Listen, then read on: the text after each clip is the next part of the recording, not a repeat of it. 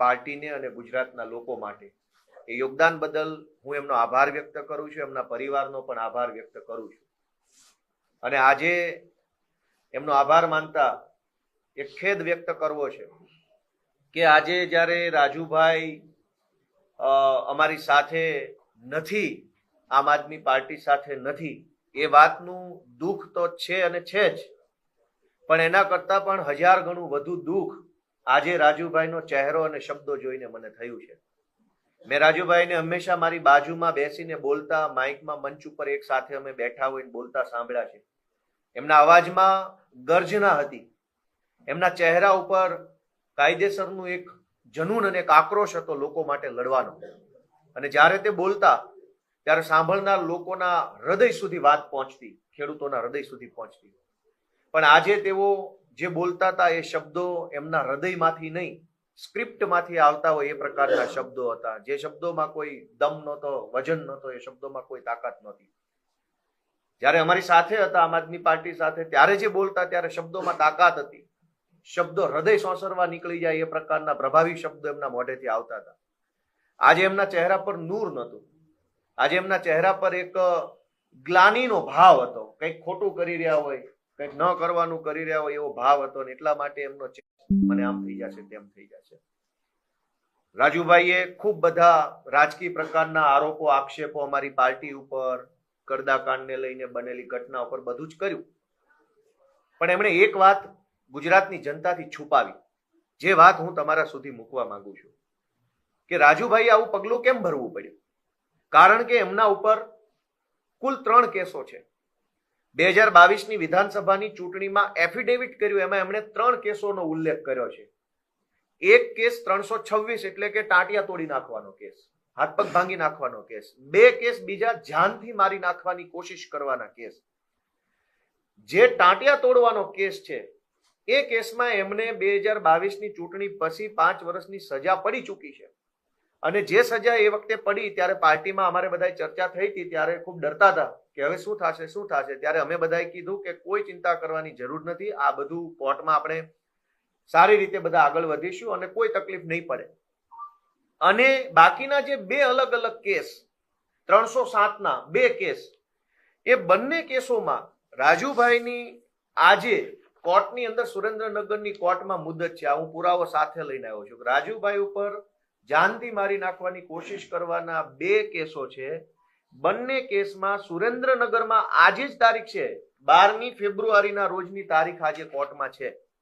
અને કોર્ટમાં શું થવાનું હતું આજે અહીંયા લખ્યું છે, ફાઇનલ આર્ગ્યુમેન્ટ, આખરી નિર્ણય આજે સુરેન્દ્રનગરની સેશન્સ કોર્ટમાં 12મી ફેબ્રુઆરીએ રાજુભાઈ કરપડા, જો અહીંયા આરોપીના નામ લખ્યા છે, ભૂપતભાઈ જીલુભાઈ, ઓરુભાઈ જીલુભાઈ, રાજુભાઈ મેરામભાઈ કરપડા, બાવકુભાઈ અને રામકુભાઈ, આ 5 આરોપી ઉપર જે કેસ છે એ કેસનું સુરેન્દ્રનગરની અદાલતમાં આજે આખરી નિર્ણય થવાનો હતો.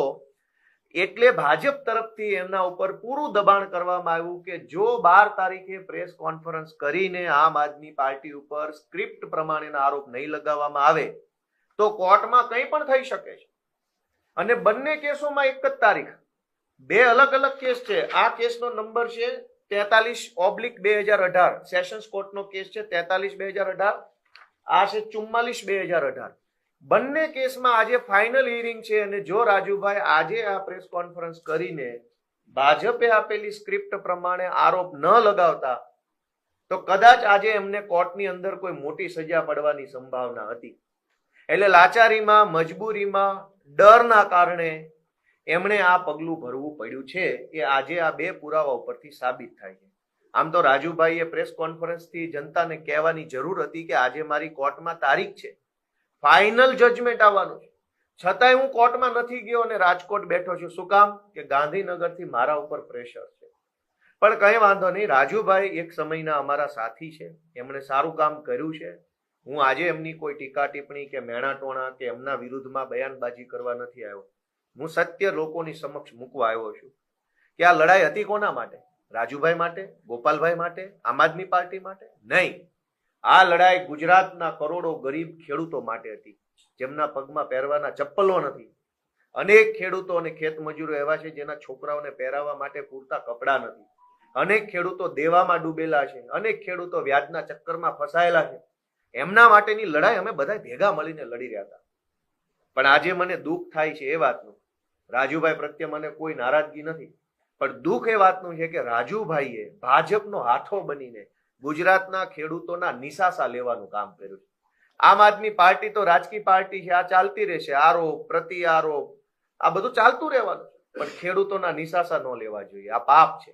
ગુજરાતના ખેડૂતોની એક આશા બંધાઈ, ઉમ્મીદ બંધાઈ, ભરોસો આવ્યો કે આમ આદમી પાર્ટીના નેતૃત્વમાં કંઈક થશે, ઈશુદાનભાઈ જેવા નેતાઓ, ચૈતરભાઈ જેવા નેતાઓના નેતૃત્વમાં કંઈક થશે, એવી જ્યાં ઉમ્મીદ બંધાય ત્યાં રાજુભાઈએ જે આ પાપ કર્યું છે એ બરાબર બિલકુલ વાત નથી.